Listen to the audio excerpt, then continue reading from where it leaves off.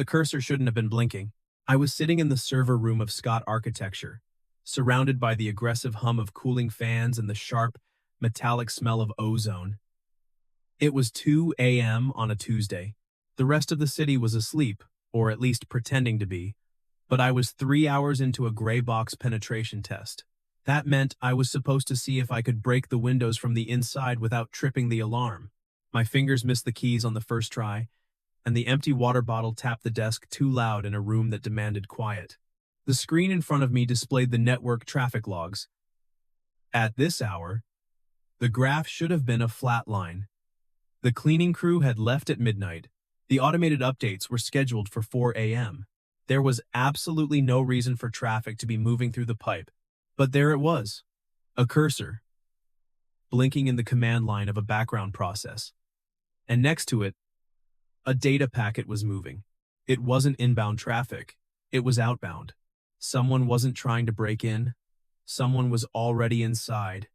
They were bleeding the company dry, 1 megabyte at a time. It was subtle, a low and slow exfiltration designed to look like a standard system backup. Most IT admins wouldn't notice the discrepancy in the file size. A backup of the architectural blueprints for the new stadium project should have been roughly 4.2 gigabytes. This stream was pulling 4.5, 300 megabytes of difference. That's not a rounding error, that's a payload. I held my breath and slowed my typing to one deliberate line at a time. Panic creates noise. Noise gets you caught. I needed silence. I opened a secondary terminal and ran a trace on the destination IP. It wasn't the firm's off-site backup server in Virginia. It was bouncing through a relay in Reykjavik, then another in Panama. Whoever this was, they knew the architecture of the network better than the people who built it. If these stadium specs leaked, the city could cancel the contract, and sue. One scandal would bankrupt the firm. And they weren't stealing files for fun, they were weaponizing them to force a buyout and ruin her credibility. I pulled my phone out of my pocket. I had exactly one number for the client, the emergency contact, Joanna Scott. My contract had a liability clause. If I walked away now, I could be blamed for negligence. Staying wasn't heroic. It was survival. I texted her. We have a problem. It's not the firewall. It's the house. You need to come in. I set the phone down and watched the screen. The thief was moving fast now, emboldened by the silence. I could cut the connection, but that would tip them off. They might trigger a kill switch malware, ransomware, a logic bomb that would wipe the drives clean. If they were deep enough to exfiltrate, they were deep enough to destroy. I had to be smarter. I had to feed them a lie. 20 minutes later, the biometric lock on the server room door beeped. A heavy, magnetic thunk echoed, and the door swung open. Joanna Scott walked in. I was expecting the armor. In our initial briefing, she had worn a Navy power suit that looked like it cost more than my entire student loan balance. Her hair had been a sleek, architectural helmet. But the woman who walked into the freezing server room at 2:30 a.m. was different. She was wearing gray sweatpants and a thick wool coat thrown hastily over a white t-shirt. Her hair was pulled back in a messy knot, strands escaping to frame a face that was scrubbed clean of makeup. She looked tired. She looked human. But her eyes, dark, sharp, calculating, were wide awake. She didn't ask, "What is it?" She just walked over to the desk, bringing the scent of rain and cold night air with her, displacing the ozone smell. "Show me," she said. "I like that. No drama, just data." "Here," I said, pointing to the scrolling log on the primary monitor. "See this stream? It's mimicking your backup protocol. But the header is wrong. It's marked as temp cache, but the file extension is DWG. Those are design files." "My blueprints," she said, her voice flat, devoid of panic but heavy with realization. "Yeah, someone is siphoning them off. If I had to guess, they're taking the proprietary structural specs, the stuff that makes your bids unique." Joanna closed her eyes for a second. I saw her hand tighten on the edge of the desk, her nails digging into the laminate until the knuckles turned white. She took a breath, held it for a count of 3, and let it out. When she opened her eyes, the exhaustion was pushed back behind a wall of steel. "Can you stop it?" she asked. I can cut the hard line, I said, but they'll know we're onto them. If they have a persistence mechanism, a backdoor, they'll just come back later. Or worse, they'll lock you out of your own system. So we let them steal it? No, I said. We feed them garbage. I swiveled my chair back to the keyboard. My fingers found the home row instinctively. I can reroute the stream locally. Point it to a dummy folder. I'll fill it with corrupted data, white noise, random binary, maybe a few terabytes of cat videos if I'm feeling petty. They think they're getting the stadium specs, but they're downloading digital sludge. It buys us time to trace the source. Joanna looked at me. I sat there in my hoodie, the blue light of the screens reflecting off my glasses. I wasn't a corporate spy. I wasn't a hero. I was the guy you called when your printer wouldn't connect. But right now, I was the only thing standing between her legacy and ruin. Do it, she said. I started typing. The mechanical keys clacked like gunfire in the quiet room. Zev, she said, her voice cutting through the noise. I didn't stop typing, but I tilted my head. Yeah? How long have they been in? I hit enter, executing the redirect script. The outbound traffic didn't stop, but the source file changed. The trap was set. Hard to say, I admitted, spinning the chair to face her. Weeks, maybe months. Whoever this is, they have high-level credentials. They didn't break in. Joanna? They used a key. The implication hung in the cold air between us. An insider, she whispered. Yeah. Someone with admin privileges? She walked over to a stack of servers, leaning against the rack as if her legs had suddenly decided they didn't want to hold her up anymore. She looked small in that big coat. I have 50 employees, she said, staring at the blinking lights. I know the names of their kids. I know who's paying off a mortgage. I built this place on trust. Trust is a vulnerability, I said gently. It was the hacker motto, zero trust architecture. It wasn't meant to be cruel, just factual. In my world, you verify everything, even the things you love. She looked at me then, a strange, searching expression crossing her face. Is that a lonely way to live, Zev? I shrugged, feeling the familiar weight of my own solitude. It's a safe way to live, and right now, safe is what you need. You're right, she said, pushing off the rack. The steel was back in her spine. I need you to stay. Not just for the audit. I need you to find them. You can walk away if you want. I'm asking because I don't trust anyone else. Name your professional terms, and we keep it clean. I don't need double, I said. I just need coffee. The vending machine downstairs is a crime against humanity. For the first time that night, the corner of her mouth quirked up. I can handle the coffee. You handle the ghost. The next week was a blur of caffeine and code. I set up a command post in the small, glass-walled conference room next to her office. I disconnected the room from the main Wi-Fi, running a dedicated hardline that I monitored like a hawk. On day one, I'd already enrolled every executive laptop into a monitored admin console one switch, and their screens could be audited in real time. It was standard procedure for a high-risk environment, but now it felt like setting a trap. My phone buzzed on the desk. It was my sister, Sarah. You missed dinner? She said. No, hello. I'm working, I said, putting her on speaker while I typed. You're always working. The kids made you a card. It has glitter. The glitter is everywhere, Zev. It's a biological hazard. I smiled, rubbing my tired eyes. I'm sorry, Sarah. This job, it's complicated. The client is under attack. Is the client nice? I looked through the glass wall. Joanna was standing by her assistant Imani's desk, reviewing a stack of contracts.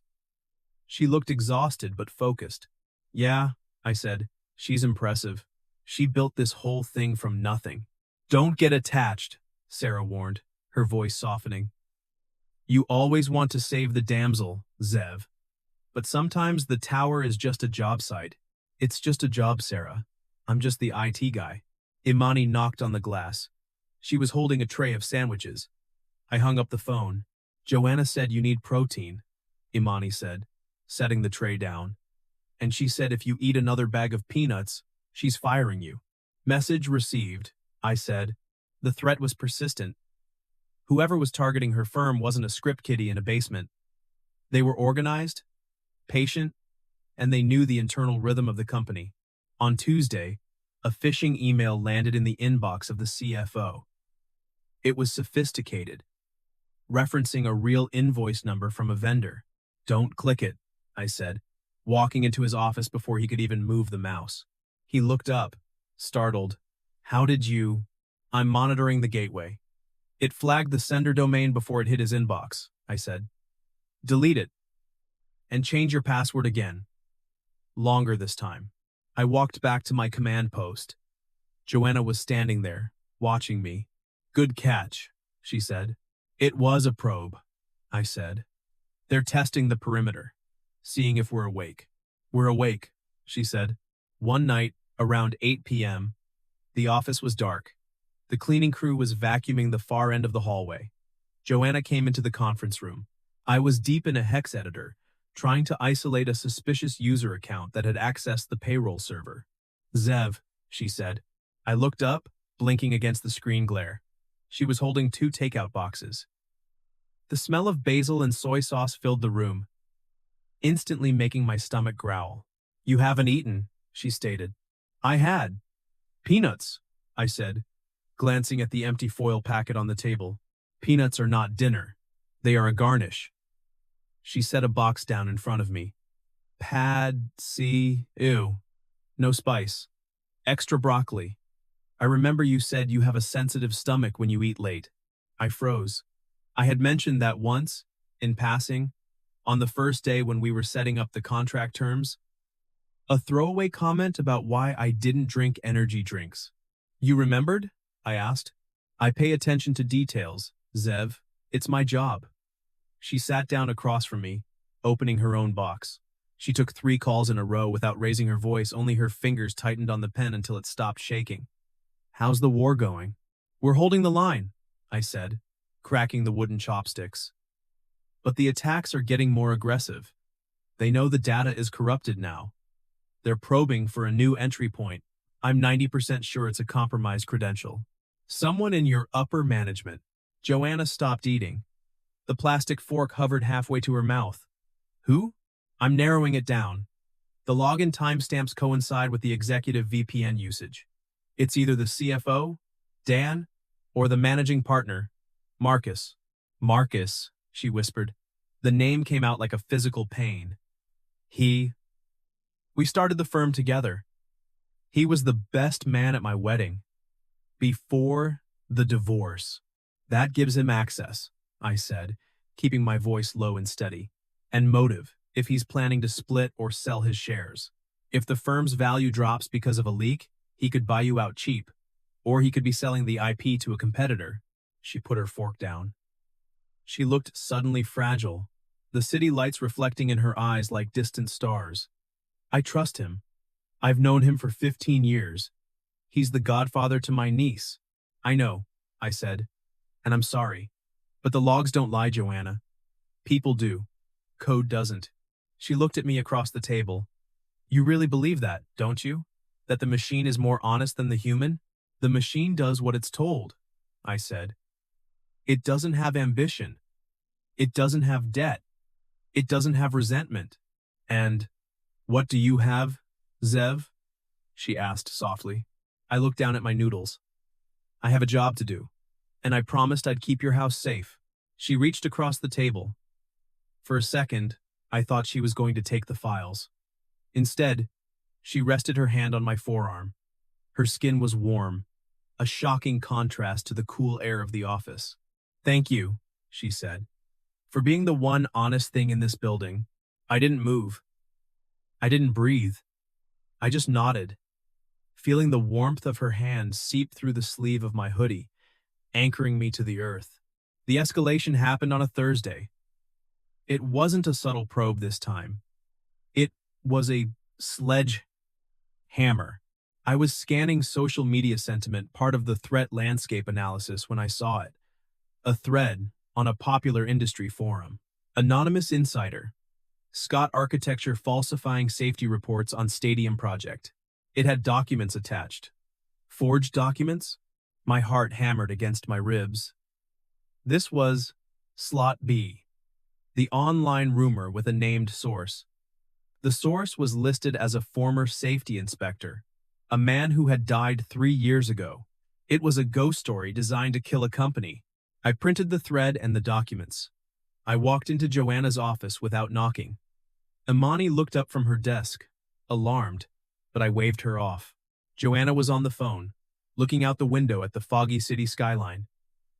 "What?" she asked. I handed her the papers. She read them standing up.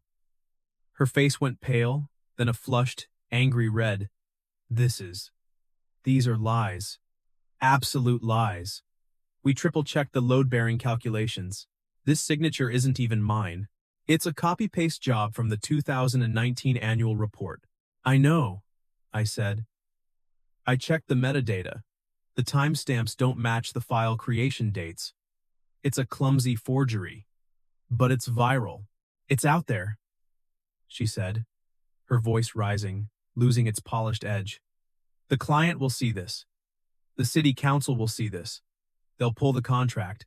If we lose the stadium, we lose the firm. I can't survive this." She crumpled the paper in her hand. She looked furious, controlled, decisive, impossible to ignore. "Not if we get ahead of it," I said. I stepped closer. I entered her personal space. Not to intimidate, but to catch her before she fell. "Joanna, listen to me. We need to release the audit logs. We show the chain of custody for the real documents. We prove that these files were created outside your network. We prove they're fakes with math. That requires exposing our internal server structure," she argued, falling back on procedure. "It's a security risk. You told me never to show the architecture." "I'll sanitize the logs," I said firmly. "I'll redact the sensitive IP. But we have to show the data. Joanna. People believe data. We fight the lie with the truth." She looked at the crumpled paper, then at me. She was vibrating with anxiety. This was her reputation, her name on the door, her life's work. "Why are you doing this?" she asked suddenly, her eyes searching mine. "You're a contractor. This is career suicide if we screw it up." "I don't like bullies," I said. It sounded simplistic, but it was the core of it. "And I don't like bad code. This forgery? It's bad code. It's messy. It offends me." "Is that all?" she asked. I looked at her, really looked at her. I saw the fear and the strength underneath it. "No. You built this place. You employ 50 people. You buy me dinner. You're good people, Joanna. I'm not letting them crash your system." She took a deep breath. She smoothed the paper out on her desk. "Okay. Sanitize the logs. We go public in an hour. I'm on it." As I turned to leave, she said, "Zev?" "Yeah? Thank you." "Don't thank me yet," I said. "I still have to beat the algorithm." We released the statement. I posted the forensic analysis on the firm's blog, breaking down the forgery pixel by pixel, byte by byte. I used my professional handle Zero Vector, which carried some weight in the security community. I verified the authenticity of her original files. I provided the hashes. I made it irrefutable. The narrative shifted. The forum thread was deleted. The client calmed down, and the investor calls stopped. But the antagonist wasn't done. 3 days later, I was in the server room again, running a final sweep. The door beeped and opened. It was Marcus. He was a tall guy, polished, wearing a suit that cost more than my car.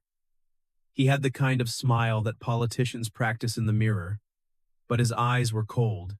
"You're the IT guy," he said, closing the door behind him. "Security consultant," I corrected, not looking up from my laptop. "Zev?" "Right, Zev. Listen, Zev, we're cutting costs. The crisis is over. Your contract is up." I stopped typing. I swiveled the chair. "Joanna hired me. Joanna fires me. And I'm a managing partner," Marcus said, stepping closer. "I'm terminating the agreement. You can pack up. Now." He reached into his jacket pocket and dropped a thick envelope on the desk. It landed with a heavy slap. "Severance," he said. "For your trouble, and for your discretion. We don't want to worry the staff about these little glitches, or about how close we came to the edge." I looked at the envelope. I didn't need to open it to know it was a check. A big one. Probably enough to pay my rent for a year. Probably enough to upgrade my rig and take a vacation. I looked up at Marcus. I saw the detail that didn't match.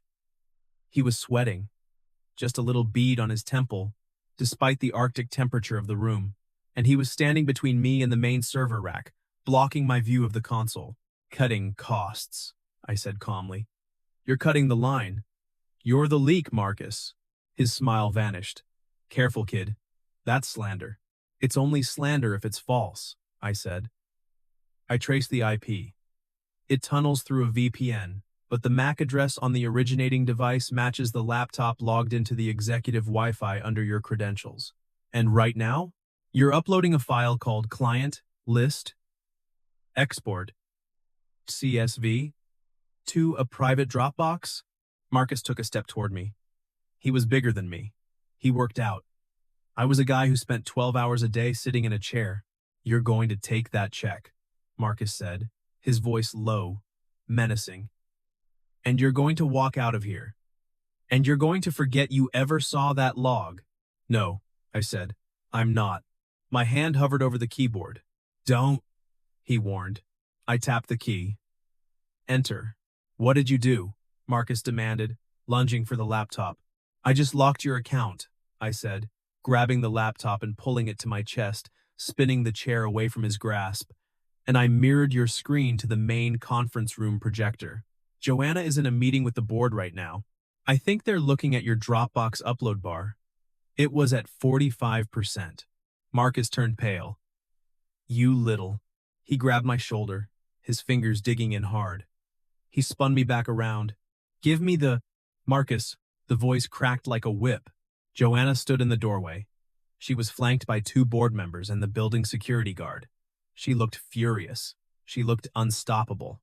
Marcus froze. He let go of my shoulder as if I were burning hot. "Joanna," he started, his voice shifting instantly to a smooth, reasonable tone. "Thank God you're here. This kid is out of control.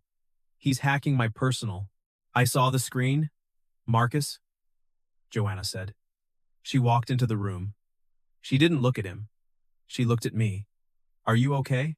"I'm fine," I said, straightening my hoodie, trying to regain some dignity. "He didn't get the file. The upload was blocked. The chain of evidence is secure." Joanna turned to Marcus. The look on her face was absolute zero. "Get out. Security is escorting you off the premises. The police are waiting in the lobby." "You can't do this," Marcus spat, his composure finally shattering. "I built this firm. You're nothing without me." "And you just tried to sell it for parts?" she said. "Get out." When he was gone, dragged out by security, the room went quiet. The board members muttered something about legal counsel and retreated to do damage control. It was just us. The hum of the servers seemed louder now. Joanna walked over to the rack. She leaned against it, her legs giving way slightly. I stood up and offered her the chair.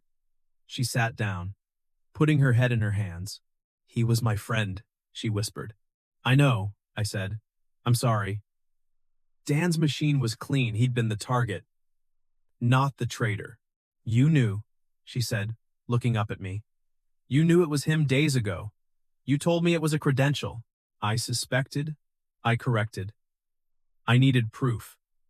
I needed to catch him in the act so he couldn't talk his way out of it. If I had told you without the smoking gun, he would have spun it. He would have made it look like a glitch. You risked your job. He could have fired you. He could have hurt you. He tried, I said, nudging the envelope on the desk with my finger. He offered me a payout. Joanna looked at the envelope. She looked at me. "And you didn't take it." "I'm not for sale, Joanna." She looked at me. Her eyes were red-rimmed, but the steel was back, tempered now. "You're an idiot, Zev Peterson. A brave, stubborn, loyal idiot." That's what my mom says, I said, trying to lighten the mood. She reached out. She touched my hand, the one resting on the mouse. Her fingers were cool, but her touch sent a shockwave through me. It's what I do, I said, my voice thick. No, she said. You do more than that. The aftermath was a flurry of lawyers, press releases, and audits. I stayed on. We had to scrub the system, revoke Marcus's keys, and rebuild the security architecture from the ground up. It was late on a Friday, 7 weeks after I started. The office was empty. The city lights were a blur through the fog outside the window. I was packing up my gear. My contract was officially done. The system was secure. Green lights across the board. Joanna walked into the conference room. She was holding 2 coffees. You're leaving, she said. It wasn't a question. Job's done, I said, zipping up my backpack. You're safe. No more ghosts. I don't feel safe, she said. She put the coffees down on the table. I feel exposed. I realized something. Zev, I can run a company. I can build a stadium. I can negotiate with sharks. But I can't see the invisible threats. You see them. You can hire a permanent CISO, I said, slinging my bag over one shoulder. I can recommend some guys. Good suits. Corporate types. People who speak boardroom. I don't want a suit, she said. She stepped closer. I want the guy who eats peanuts for dinner and refuses to sell me out. I looked at her. She was standing in the circle of light from the desk lamp. She wasn't the CEO right now. She wasn't the client. She was just Joanna. And she was looking at me like I was the only variable that mattered. I'm just an ordinary guy, Joanna, I said. I fix computers. I wear hoodies. I'm not Marcus. Thank God for that, she said. You gave me something solid to stand on, Zev. Proof. Process. A plan. I was drowning in paranoia, and you threw me a line. She reached out and took hold of the strap of my backpack. She didn't pull. She just held it, creating a tether between us. Stay, she said. Consult for us. This is separate from work. If you say no, nothing changes on Monday. I'm expensive, I tried to joke, but it fell flat. My heart was hammering against my ribs like a DDoS attack. I don't care. She looked up at me. I've gotten used to having you in my corner. It's habit forming. She stepped into my space. The air changed. The ozone smell of the servers faded, replaced by her perfume, something subtle, like rain and expensive soap. Zev, she whispered, I've gotten used to the calm you bring, to your voice at 2 a.m. telling me it's going to be okay, to the fact that you see the things I miss. My breath hitched. I looked at her, this powerful, brilliant woman who was choosing to be vulnerable with me. Good, I said, my voice rough, dropping the ordinary guy act for the first time. I reached out and brushed a strand of hair from her face. I want you clear-headed and safe, and I want to be here when the night gets loud. She let out a shaky breath. Is that a yes? That's a try and make me leave, I said. She leaned in. I met her halfway.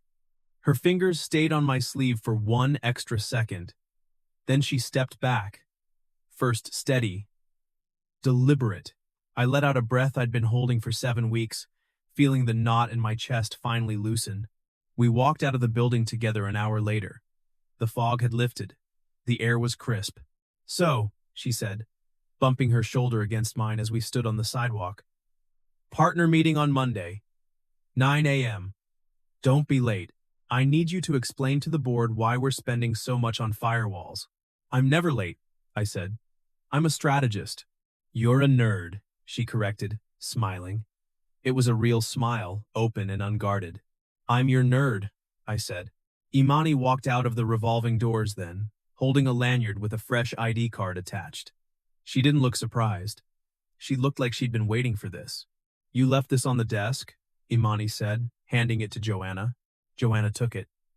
She typed my name into the org chart on her tablet, right there on the sidewalk, interim CISO, then handed me the badge.